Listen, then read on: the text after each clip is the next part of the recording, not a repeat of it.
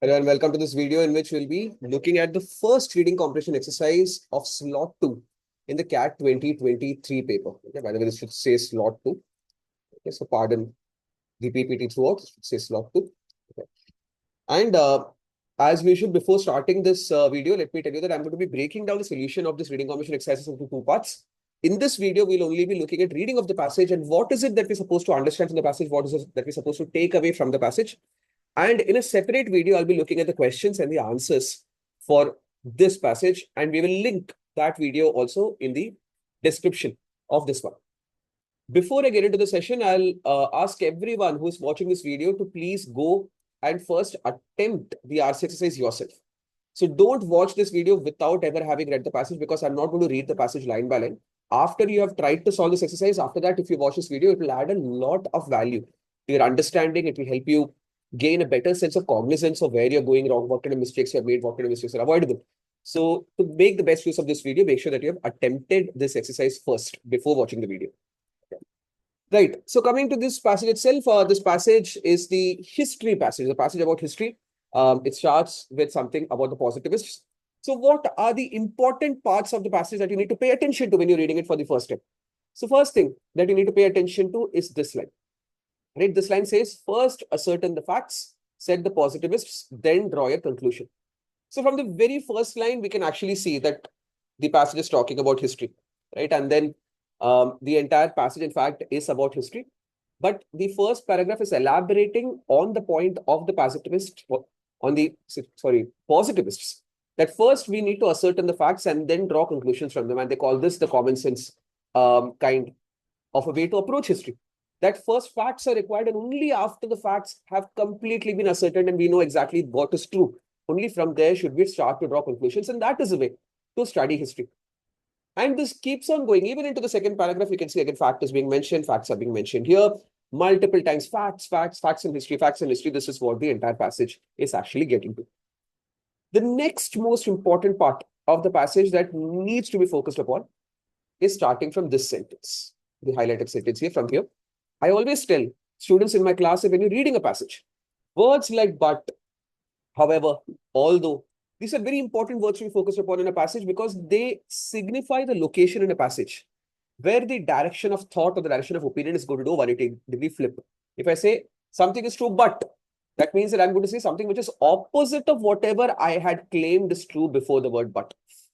And till this word but, the author actually is not outrightly giving any opinions to us about whether facts should be used to study history or not. He or she, whoever the author is only claiming that this is what a positivist say, and a lot of other people like Sir George Clark have mentioned the same thing, that we need to first look at facts. And only once we have gotten to the hardcore facts, should we then start drawing conclusions and understanding of history. Then this sentence starts with a but. And from here is where the personal opinion of the author starts taking shape. Because at the beginning of the sentence, the author starts by saying the historian must not get these wrong, but to praise the historian for his accuracy. Here, he's not attributing this opinion to anyone else, which means that the opinion is of the author themselves. So the author says that how it is wrong to praise an architect just because they use well-seasoned timber or properly mixed concrete in the building. That is not the hallmark of a good architect. This is supposed to be done. The hallmark of a good architect is how well they build the entire building, what kind of designs they use, what kind of understanding of what they're building, and their expertise is in building the construction. That is what an architect is praised on. Same thing is true for historians, that people can ascertain facts.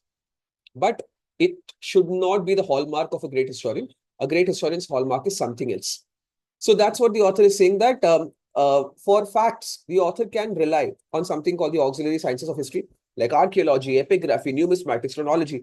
All of these things the historian can rely upon to figure out what the facts are. But that should not be the benchmark of a good historian. This is the first opinion of the author. And then the author is explaining why. The second observation that the author is putting forth is that basic facts are in themselves not even enough to be a good historian. Why? Because if you focus on this sentence, it used to be said from here. It used to be said that facts speak for themselves. This, of course, is untrue. Facts only speak when the historian calls on them. It is he who decides to which facts to give the floor and in what order or context. So sometimes by showing the partial truth, you can distort what history is about. And for that, the author is giving an example of media as well. And we all know that how media sometimes showcases only part of the truth, and based on that, they try to change public perception. So from in the real world, we can actually look at what traditional media as well as online media does. Sometimes they distort the fact by only showing half truths. Same thing can be done by historians. So that is why the author says that facts in themselves are not enough.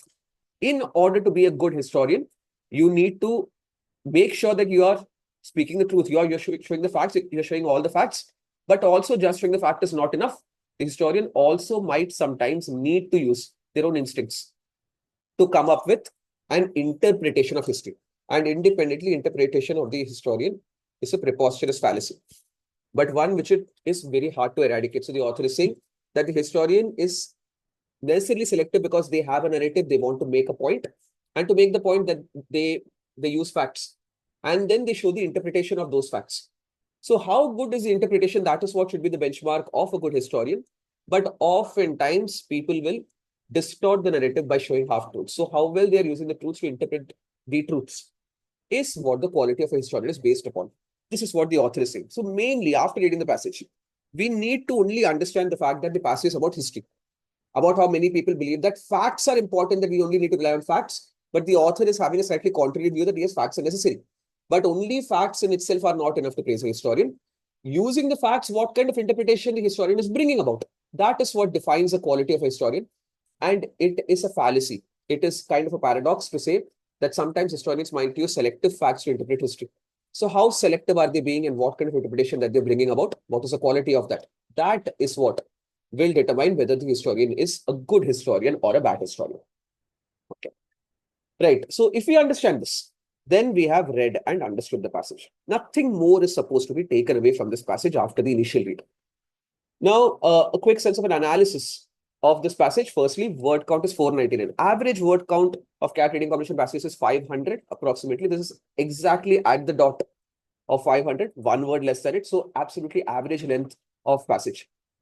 The type of passage is analytical because the author is analyzing a statement made about facts and history by certain people, and the author is analyzing and finding out that what are the flaws in it, and why that in itself is not enough. So it is an analytical passage. This passage has been taken from a book. It's a book called What is History by Edward Hallett Carr. He's a historian. He's a British historian. I think he studied in Cambridge and a few other historians. Of course, there is a lot of British references, English references, which is present inside the passage. And because it's from a book, automatically the passage seems heavier. See, whenever a passage is picked up from a book, automatically the passage becomes a bit more difficult to read and understand. Why is that? For the simple basic reason that, let's say I pick up a passage from a magazine article. Magazine articles are short, maximum 2,500 to 3,000 words, sometimes, or most of the times, much less than that. So what is happening is that in a magazine article, the author would have made their entire point within the length of the articles. A book, though, is very long. Book might have multiple chapters. So what happens is, in a book, the author's opinion takes shape slowly and steadily over the course of several chapters. So if suddenly from the middle of a book, a particular chapter has been picked up from, we don't have context of what was there before it, what is going to be there after it, what is a broad point that the author is trying to make through the book. All that contributes to the level of complexity that is inherently present whenever reading comprehension passages are picked up from books. Books are a medium in which authors let their thoughts ruminate. They let the reader read in detail about the points that they're trying to make. They give the reader time to process that information. And then slowly and steadily, their final conclusions take shape. For that reason, to pick up a final conclusion very easily from one singular sentence in a passage picked up from a book becomes a very very arduous ordeal. So that is something that makes this passage, of course, a bit difficult to read. And that is why I've given the ideal time to read this passage about 160 seconds. So someone who is good at reading should take about 2.5 to 3 minutes to read the passage. Acceptable time to read, I would say that close to 4 minutes if someone is taking to read this passage and process the information. One, because it's from a book. Two, because it is from a topic like history. Hardly any history students take up the CAT paper. And even among the history students who have done masters in history, if they have studied European history in a great level of depth, then they will be able to make better sense of it. most people, because they are not from such backgrounds. So they will take a bit of time to get comfortable with the language of the passage, with the context of the passage. So that's why I say that about 3 minutes, 45 seconds, 3 minutes, 50 seconds is acceptable. Enough time to read the passage. Overall level of difficulty, because of the subject matter of discussion and because it has been taken from a book, I would put this at somewhere moderate to tough. Now, after having solved this exercise, I also tell people that after solving every exercise, we need to up our level of reading. We need to gain something from the passage, which can be translated into better capability of reading in the next few exercises that we solve. So from this passage, I think a few things that people should try to find out the meaning of are words like a priori, epigraphy, and numismatics. Google them, find their meaning so that if these words are used again in some other passage, you will have a greater sense of understanding of it. And finally, Battle of Hastings example has been given here. I want to just talk about Battle of Hastings for a bit, that it is a very important chapter in history, especially of English history. And when I say English history, I don't just mean the country or the region that we call England, but even the language English. First, let me tell you that when was the Battle of Hastings fought? I think you saw that already. 1066 is when the Battle of Hastings was fought. It was fought between William and Harold. So after the death of King Edward, I think Edward the Confessor, his name was. Sorry if I make some mistake. My European history is not very polished. I don't have a great level of understanding and remembrance of it. But it is fought after the King the Confessor. Edward the Confessor died, and he did not have any children. So there was a struggle for the throne. So it was declared, just after his death, it was just declared that Harold will be taking the throne. So once it was decided that Harold will be taking the throne, his brother William actually was also in line for succession. He was also being considered for succession. So of course, he wanted the throne for himself. So what happened is William created an alliance of a few kings from France, a few kings from Norway. So Norwegian, English, French alliance. Together, they decided to go to battle, go to war against Harold. And what happened in this battle is that first William took a beach and then occupied a beach, and then Harold went against him. When Harold went against him, Harold's almost entire army was full of infantry. And William's army was half infantry and half cavalry. So this war is known about the as a proof of superiority of cavalry. And also it is known for the kind of strategy used by William. So what happened is when they met in the battle, then Harold was made to believe that his infantry was superior. So when they started fighting, immediately after that, the army of William, they started fleeing. So when they started running, then Harold's army tried to chase them and kill them.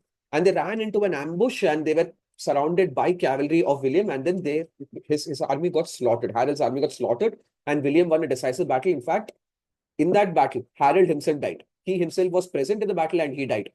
And it was a one-day battle, started in the morning and ended by dusk. And this battle was decisive in English history because it started a new line of kings. And why this new line of kings is very important is because till that point of time, because Great Britain is an island which is separated from the mainland of Europe. So English culture was very distinctive from Western European culture. In fact, the language that they used till that war as the common language of the people and also the language of the kings was something that we call Old English. So Old English is not even used anymore. But as soon as William won, because he had won with an alliance with the French and the Norwegians, so the language that they brought with them had a lot of Western European and Scandinavian influences. And from there is where the roots of modern day English was actually set. That is a point from where modern day English's origins began. Although the language that they actually developed was something called Middle English. Middle English later on morphed into Victorian English. Victorian English is where we use words like thou, thee, so those kind of words. And then that later on morphed into some modern English. But even in terms of English, this Battle of Hastings is a very important battle. So maybe you can go to the Wikipedia page and read a bit about it.